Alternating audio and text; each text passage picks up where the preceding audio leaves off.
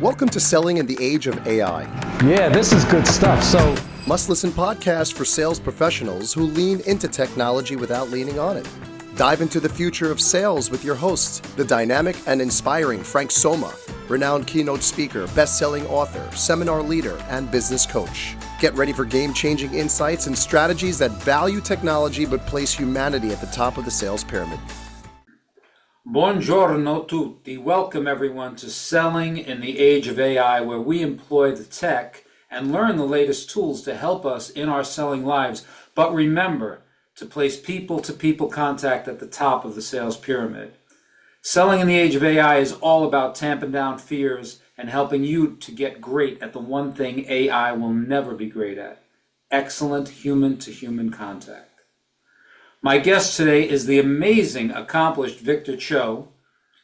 Victor is a passionate consumer advocate. Cho is the CEO of Emovid, the world's first authentic multimodal messaging platform built for business. Before that, he was the CEO at Evite, which I've used numerous times. excellent. Where he led the company successfully through COVID-19 and returned it to growth, financial health, and a successful buyout. Cho was also CEO and president during the multi-year turnaround effort at Kodak Gallery, formerly ophoto.com. He served as vice president and leader of Intuit's web channel, taking the business from 300 million to 1.3 billion. Victor also spent 7 years at Microsoft, where he launched some of the company's earliest internet commerce SaaS initiatives. Cho's received numerous awards for his work, including being named the Internet Person of the Year by Internet Marketing Association and receiving knighthood from the Royal House of Savoy in his philanthropic efforts, which have raised over $30 million for charities and nonprofits, and we'll talk a little bit more about that. There's some commonality there. Victor is also the creator of the fourth stakeholder framework on improving stakeholder capitalism. He currently serves on the boards of Emovid, Moto Payments Orchestration, as well as advisory boards of the Internet Marketing Association, Wharton AI and Analytics, several startups. He earned his bachelor's from the University of Pennsylvania's Wharton School. Holy guacamole! Victor, I am so blessed to have you here with me. You're like the perfect guest for us. How are you? Oh, Frank, I'm doing great. No, it's just a pleasure to be here. And I love the ethos of what you're doing because it is so needed in this world. So I'm just excited to find what I call a kindred spirit in Yeah, I'm this glad to hear that. crazy You world. know, what prompted the launching of this podcast is I speak to a lot of sales organizations in my speaking life and do seminars for sales groups all the time.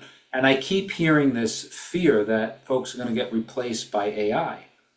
And I think that when you look at an Amazonian model, you know, that's certainly the case. Those people that were not really salespeople in the sense that I'm thinking of it, but yeah, that's point and click replaceable. But what we like to do is point out the things that make people great are the relationships with other people, and that's the one thing AI will never do. So how can you help people to kind of allay some of these fears that they're going to be replaced by a robot soon? Yeah, I don't know if I can allay the fears. It is a train that is clearly coming. Sure. Right. I'm old enough, sadly, to have been around at that first internet wave, which was, incredibly exciting, right? Incredibly empowering. We've added some crazy beneficial technologies. We've also disrupted a whole bunch of things. I tell people this AI wave is going to be bigger from my perspective than that wave Yeah. because we have cracked open, and we're still at the earliest days, but we have cracked open higher level reasoning, and it's not perfect and it still hallucinates, but it's just day one of like we've opened the box, right? We Yeah. see how this happens, and it's going to look very different in 10, 20, 30 years, but it's clear the box is open. And so no, I think there is going to be the largest shift in knowledge worker workforce ever over the next 30 or 40, 50 years, right? And again, it's not going to may happen overnight in some industries, but there is going to be a reconfiguration of how human beings add value in a society where you have intelligence as what I call intelligence as a service available, right, to everybody. Yeah. So on one hand, I'm like, I don't want to say I can allay the fears because the change is going to happen. The one thing that I Sure. can say, which I think resonate with you, is in all of that change, the desire of human beings to connect is not going to go away, Right. and relationships will be critical. We're just going to reconfigure how businesses operate, right? I see this clear line where things that are transactional are going to go the way of AI, and things that Absolutely. are relational will stay relational. No doubt about it. And our audience is more about the relational, not about the transactional. Yeah. And I wonder too that, you've got to embrace the technology. But I was thinking about things like using AI in certain aspects of the sales process. Mhm. And we can do that now, and we can do that really effectively, and it's a great tool. But this thing about, like you were saying, it's not perfect. But I was thinking about the driverless cars, right? The taxis. And I find so interesting is that if I get stuck in an intersection, I get stuck in an intersection. Somebody calls a tow truck, they go around me, and it doesn't make the news. But Mhm. if a driverless taxi gets stuck in an intersection, right, there's no forgiveness. Yeah. So, how does that relate, do you think, in using intelligence as a service? Does it have to get perfect before it can be really accepted? Like, where do you feel it fits in there? No, I feel like we have a high tolerance for anything that starts to approximate what a human interaction looks like. So I've gotten many communications, and it's clear that they're AI Okay. generated, and I'm okay with that potentially, as long as the exchange isn't trying to fool me into thinking that it's Okay. not, right. But it can be very beneficial, right? As long as it's transparent. My big issue is like we're going to be entering this world where people are trying to fool other people, right? Mm, Using AI to pretend to be someone that they're not, or to basically pretend to build a relationship, right? And this is where I think it's going to completely fail. I think we're seeing this already in certain sales processes, right? I was chatting with a venture capital firm actually recently, and they said, people aren't opening our emails anymore because they think it's all AI generated. And I'm like, yep, I could understand, I can understand that. Like things like that are going to happen. So yeah, I feel like the tolerance is less about just AI per se and more its use case. Yeah, right. Kind of yeah. the intent underneath. I mean, I think it can be super useful, and I know people that have unleashed AI into their email as a tool that can read it, learn how they respond, learn their business, and then maybe respond to some of those emails that don't Yeah. require my personal attention. But what's interesting to me is you said you get some messages, but you know they're AI. Why do you know they're AI, or how do you know? I think my prediction is I'm going to start not being able to tell, Well, right? Because sure. they're going to get better. There's like a sterility. Okay. There's kind of like it'll pull, the AI will pull insights from my profile, and they'll be like, hey, Victor, like I noticed you did X. And I'm like, why did you pull that? Like, that's a random thing to pull out. Like, I haven't talked about that for decades, right? It's like, that's clearly just an AI that's pulled out a little tidbit. Absolutely. I get that with these phone calls. I published two books many years ago, in the early 2000s, that were self-published, and they sold okay but not great. And I get these calls all the time from these publishers that are going to turn my book into a movie. It was a series of essays. Yeah. Yeah. Perfect example. I know Perfect. you're lying. But that's this idea of not having a personal touch and gathering information Yeah. that may not be spot on. I think for today's salesperson, understanding the tools available is huge. I mean, it can be Yeah. time saving. So I'd like to learn a little bit more about your new business. You sent me a video message that I loved. Can you talk about your new company and where it came from and where it's going and what it does? No, absolutely would love to. And it's so central to this whole discussion. Sure. Um, so I'll take a step back. In business today, if you are trying to build a meaningful connection with somebody, you have really two ways to do it hyper efficiently, which is you get in person with somebody, or you get them on a Zoom call, right? That actually does a decent job of building a connection because we're social creatures. We're used to seeing each other. Hmm. Like the value in seeing someone's expression when they say something, it's beyond the words, right? It's the Oh, tone, the body language, that's needed. As human beings, we need to see that. If you think about how we communicate in business, all of our digital communication tools are not that, right? They're all right. text based, and they all are going to get increasingly overrun by AI. Right. So it's very clear to me that we need a way to communicate that is emotive, that is personal, that builds trust, that is not real time, right? Because real time is hard. You got to go find time on a schedule, right? So think Sure. asynchronous. Think of like the power of a Zoom meeting, but blend. I lost you. We lost your volume again.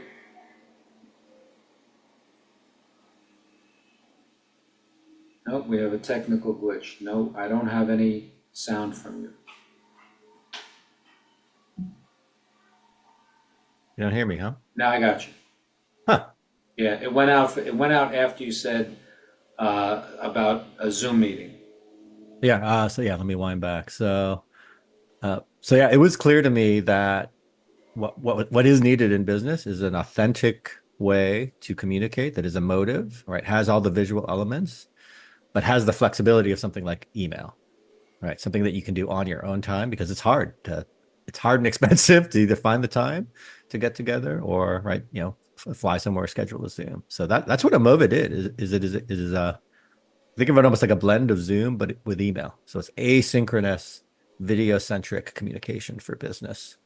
Allows me to have a back and forth communication with you that's trusted, authentic. Um, no, it's not AI because you see me, right? And we have a patented technology that says like, no, this is Victor, this is not AI. And you can actually build that connection incredibly efficiently as email. How, Victor, how do you differentiate from some of the other video email services that came before you? There's nothing that I've seen that really does what we do. There's a lot of what I call email broadcast tools Okay, that so are for yeah, recording a video and then just sending it, but we are yeah, built around the communication dynamic, right? So, help me understand that difference. I'm not picking oh it up. yeah, so there's a company called Loom, for instance. You might have used a Loom where you record, a 10-minute, 15-minute presentation. Hmm. It's like, hey, I just want, and basically it just stores it in the cloud and lets you represent it, right? But it's not a communication system. So, in our system, I could we actually don't let you talk for that long because this is about communication. So we actually bound you anywhere from 2 to 5 minutes, right? But I will send you a message and then you can click a button and send it back to me in video. Or we could have three people in a That's huge. group video discussion. Or I could send it to 10,000 customers and say, hey, this is Victor. This is authentically me. Like I'm trying to figure out XYZ. Can you guys respond back to Oh, me? I need to have this. No, no, oh, dude, it is a It's a game changer. crazy transformational Yeah, superpower in because there communication. was that I could record a message and send it to you, but Yes. not that you could respond in kind, and that's the communication. And you said something interesting to me before. You said everything that you said is interesting, but one thing that jumped out at me is you were talking about the tone and the facial expression. Yeah.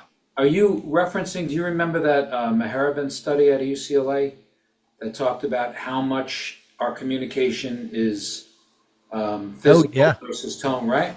And it Yeah, was yeah. like words are 7% Yes. of the actual message. So that's like and the example I always use is I can look at my lover and say, I can't love you anymore. Hmm. Or I can look at my lover and say, I can't love you anymore. Yes, Now, if that's exactly. an email, you can't pick up the difference. That's right. No, it's why email is it's crazy. This is a crazy stat that blew my mind when I got involved in this business. Mhm. There are 5 billion emails still sent every hour for business across the planet. 5 billion. And it is horrible at that, right? And so we spent the societal waste around email where you're trying to come up with the right words to capture that, like, Right. how do I say that but I'm angry but not too angry, but they get that I'm serious, like so much wasted time. It is so much more efficient to click a button and express the And way talk. you are meant to I love express. I love this. This is going to take off like hugely. That's fantastic. And I think, the where AI comes into that in the email portion is just scripting. So I know folks that I'm a writer and I think I do it pretty well. But I know people that that's not their superpower. They're wonderfully analytic or they're great with spreadsheets and numbers or whatever. So they write an email and it's clunky and they Yeah. just say to ChatGPT, I'd like this to be friendlier. I'd like it to be more businesslike. And they get a lot of help that way. So I love that feature in the AI, but you're at a whole new level here. Yeah. So it's funny. We have a bunch of foundational patents that are floating through the system. One of them is the very simple idea of having an AI integrated into your recording so that if you need help in the moment, you can ask the AI for assistance.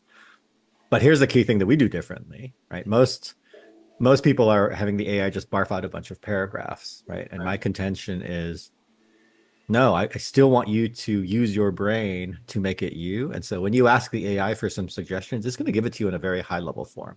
Right. You've still got to interpret those bullets Okay. and make them your own, right? And it comes back down to this authenticity of like, no, we're not just going to be regurgitation machines for AI. Like, let's use Right. our brains and let's also be authentic, right? So Huge. Oh man, this makes so much difference. I love this. And so where are you in terms of the market, sales, getting out, people using it? Where are you in the yeah, no, it's exciting. We just closed. Let's see, this is June, depending on when the audience is listening. June 2025. Just a little over a month ago, we closed our seed round in terms of funding, and about a month and a half, maybe a month and a half ago, we actually turned on the product for the first time across all the different pricing tiers. So yeah, we've been live.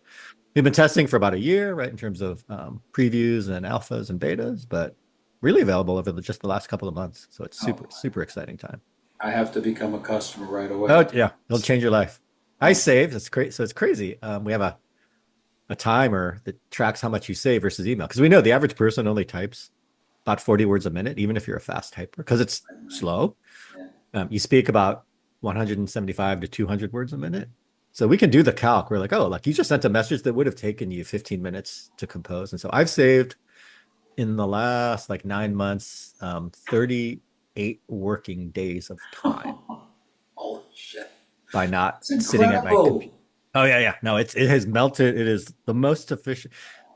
It's actually the most efficient productivity boost that I've found in terms of It's tools that I've insane. used. I'm loving this. Now, and what's so interesting to me is it is its own marketing engine. Yeah. Like as soon as you send me a message, I click on it and I go, when I respond, now I have an offer to join and I want to Yep. join. Yeah. Yeah. That's the Evite. That's kind of when I ran Evite, a very similar, yeah, couldn't call it viral loop. But yeah, that's the beauty of it is you experience the product when someone sends you a message in the product.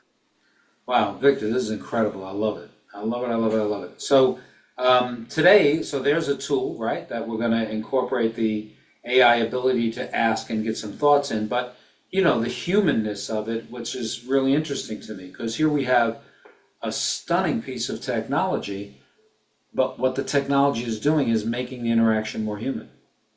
Making it human, verifying that it's human. So we have another patent on what's called our transparency authenticity seal. So when you get a message from us, it gives you a little seal that says like, yep, this is Victor, or this came from Victor's verified email account. We know this is Victor because you have to record this live. And we'll even start to deconstruct where we have applied. Like if like on my background right now here, right, I've got a different background. So we would actually show you that in the seal, which is like, hey, the background's been modified.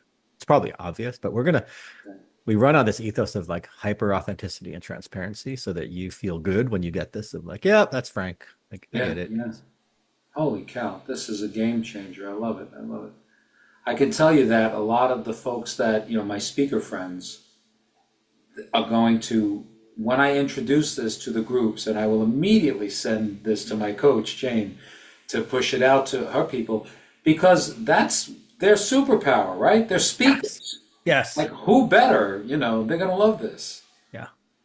Oh, that's fabulous. Now, on the selling side of your business, is it all internet marketing? Tell me how you get your product to market. Is it all ads, Facebook, LinkedIn? What do we? Yeah, no, yeah, we're at the earliest stage of turning on that engine since we've only been Okay. live for a couple of months, but I call it maybe three prongs. So we have kind of a PR thought leadership prong through an agency. We have a head of revenue that we've hired who is building out kind of the enterprise pipeline, kind of finding the lead generation tools, systems to kind of bring folks in. And we are starting our exploration on the paid acquisition side, just kicking that off. Fabulous. So, when you go back in time over your life and all, you know, I mean, you've been at some wonderful companies and you've met people that are, their job is relationship selling. Do you find certain things in common with them? Do you think that there are certain traits that make someone great at selling? It's funny. I've seen such a wide spectrum of effective salespeople. Like that was one thing I think I had a preconception when I was young of Every seller is going to be this like hyper aggressive in your face. And then I quickly realized I'm like, well, that's one model, Yeah. but there's so many others. Like I've seen some of the most introverted and cerebral people be incredible solution sales. Right. Right. And so no, I think the only commonality that I can see across them all is that they're very good communicators, Mm. I'd say.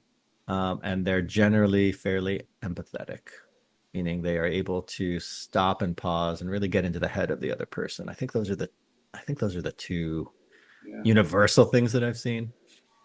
I'd have to, I definitely agree with that. I think the ability to communicate and, when I'm out in the world, that's kind of my go-to. I'm an NLP guy, got my certificate in NLP, and that's what I'm trying to teach. And this thing, like we talked about Meharibin and body language versus, and I do these kinds of examples and listening and, creating empathy. You're right, because the media has your early image of a great salesperson, this Alec Baldwin, Glengarry Glen Ross Yeah. kind of Yeah. model, right?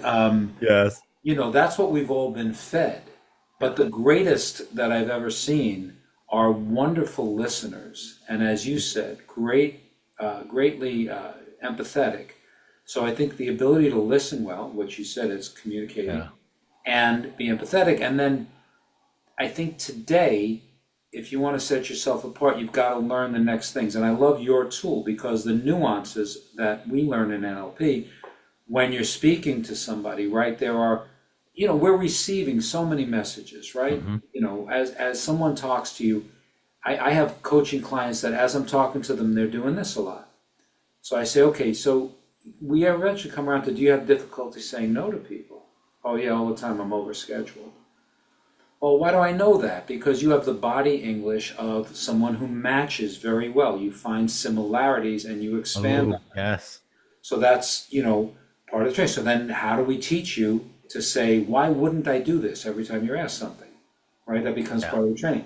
But I think today, especially with your tool of Emovid, the ability to see somebody, because Yeah.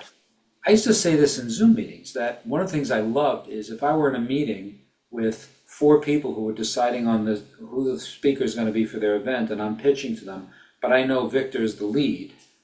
As I'm talking and they're talking back to me, I don't even look at who's talking. I'm just looking at Victor, Yeah.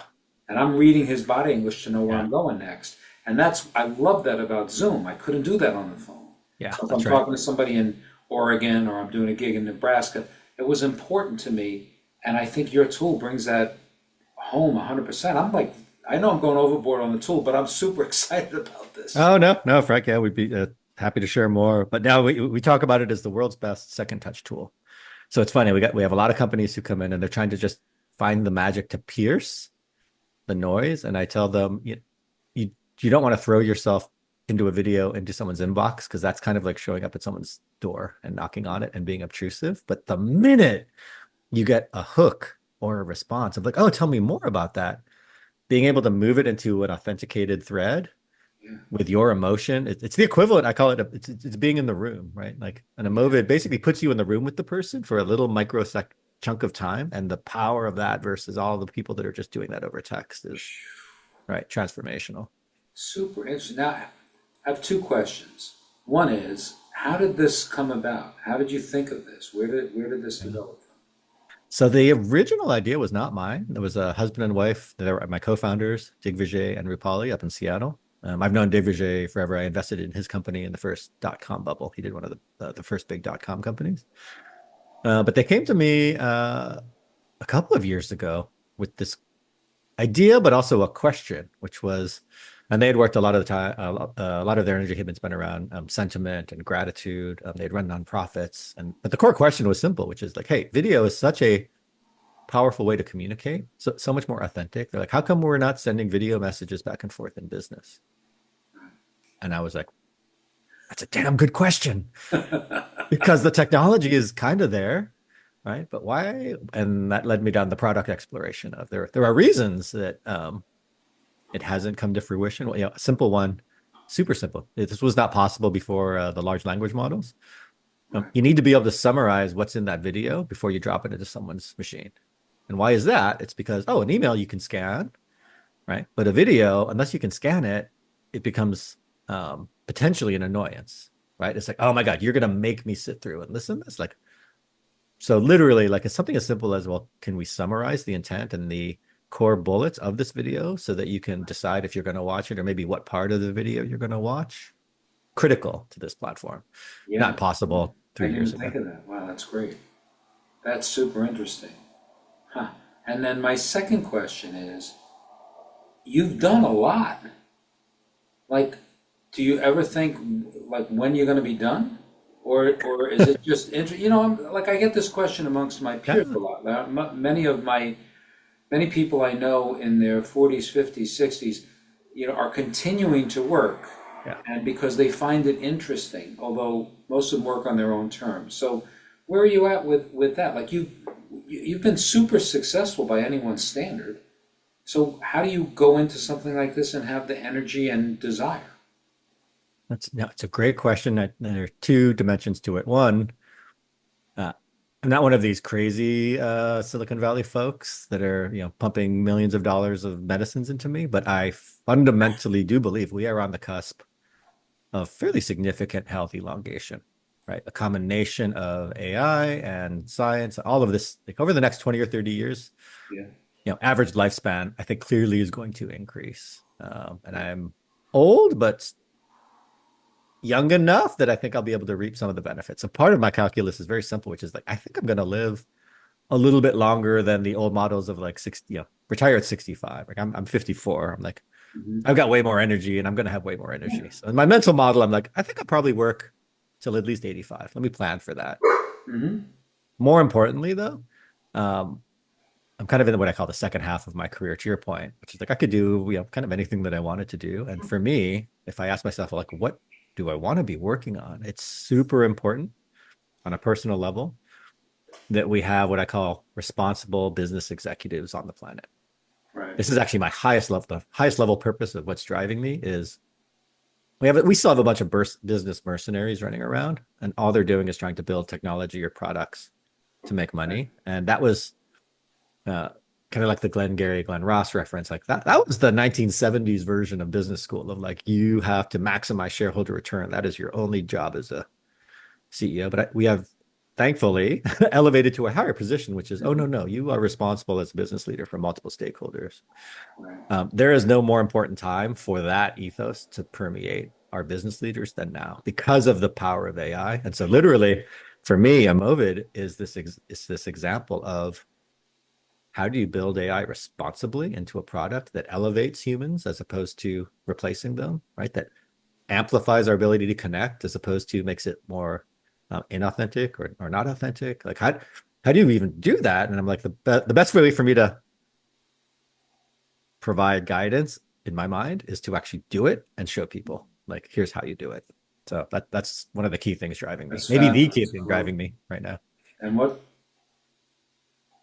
It's like the key thing that's driving me now. Yeah. I mean, I think, that makes a lot of sense. And I do want to talk a little bit about your philanthropic work because one of the things that we talk about all the time on this podcast is I feel like if you have the kind of go to market that I've done, and I got so rewarded on this, I have to tell you, Victor.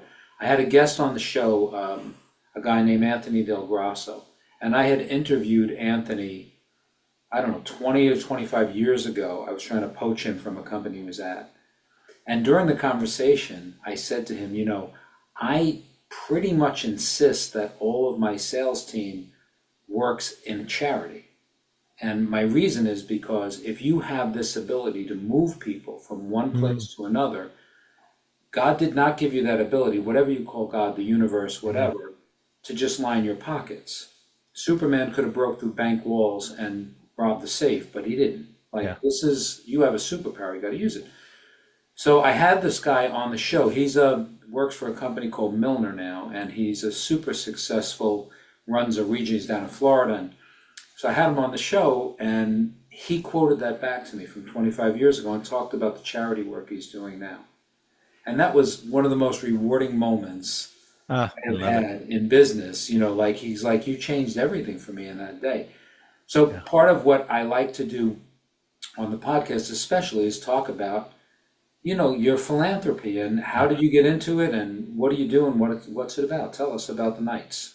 No, it's a wonderful. So I have a very similar point of view around kind of CEOs and leaders, which is there is no magic, superhuman, Superman business person, right? I don't care who you are, even Elon Musk, even Jeff Bezos, right? Your success as a business leader is built on the foundation of the society underneath you, Right. right? And yes, of course, you have a huge contribution, but the success is made possible by the work of society. And if you Right. happen to be one of the people that is blessed enough or lucky enough or skilled enough to achieve success, you owe it back to society to return something. Right. And I have that deep belief. And so, yeah, this comes back to I have a whole series of articles on my personal website around what I call the fourth stakeholder. The fourth stakeholder is society, right, in a business, and you need to pay attention to it. So, no, I firmly believe if you've been blessed with that success, like you should tune that success back Yeah. into the world however you can in whatever way is most efficient. So for me, that's always been part of my ethos. So a tactical example, when I was running Evite, I had the control levers on a site that was reaching 100 million people in the course of a year, right? So that's a significant flow of exposure. We did something super cool, which is we said, hey, yeah, we could try to just extract as much money from you as possible, but why don't we add the ability for you when you're throwing a party to raise money for a charity as opposed to just get gifts, right? And we're not going to make as much money or any money, right, from that at all. We don't even take a cut. But that simple thing, right, embedding a donation flow into the site that I controlled has generated probably close to now $50 million of donations, right, over just a handful of years. Wow. So That's fabulous. And, for the audience, before we began recording, Victor and I were talking about an organization that he's a member of. And that organization, you all know that I am all in on Cooley's Anemia Foundation to treat patients with thalassemia. His organization was a major contributor to mine before Victor and I met, which I just thought, man, talk about kismet, right? That's amazing. Yeah, this is meant to be. So, Victor, as we wrap up, anything that you want to tell our audience, anything that we missed, I should have asked you that didn't come through?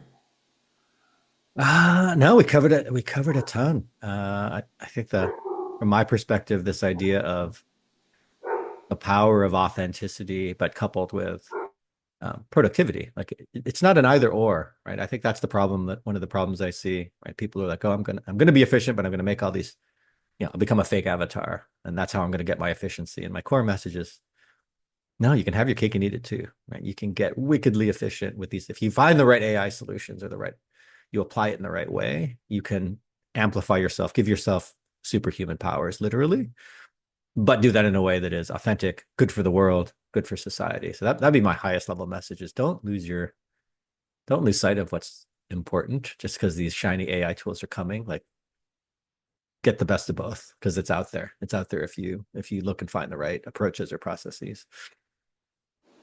I think that's a perfect message. So we'll wrap up here.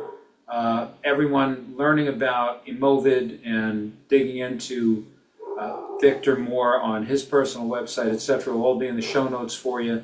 And Victor, I can't thank you enough. This is super enlightening, exciting. You are at the highest level of what we're talking about tech-wise, and yet understanding the human component better than anybody I've talked to. So this has just been fabulous. Thank you so much. Oh, no, Frank, it's been a pleasure. Such a treat. Thank you for having me. Ready to take your sales team or event to the next level? Visit franksomma.com to discover how Frank can coach your top performers, deliver a tailored workshop for your team, or captivate your audience with a content-packed keynote at your next event. Frank's best-selling book, B2B is really P2P, is now available on Amazon and Frank's website. Here's a special offer. As a valued listener, mention this podcast when you contact Frank and receive a 10% discount on your first coaching session, keynote, or workshop booking. That's a wrap. Thanks so much for tuning into this episode of Selling in the Age of AI. Be sure to check out the show notes for links to all of the topics we discussed, and of course, to connect with our amazing guests. I have to shout out big love to my production team, Neeks, Angelo, Nico of Digital Presence. You guys rock. If you want your digital presence to explode, check these guys out at digitalpresence.team. And until next time, remember, people can't point and click you. Be the difference maker for your prospects and clients.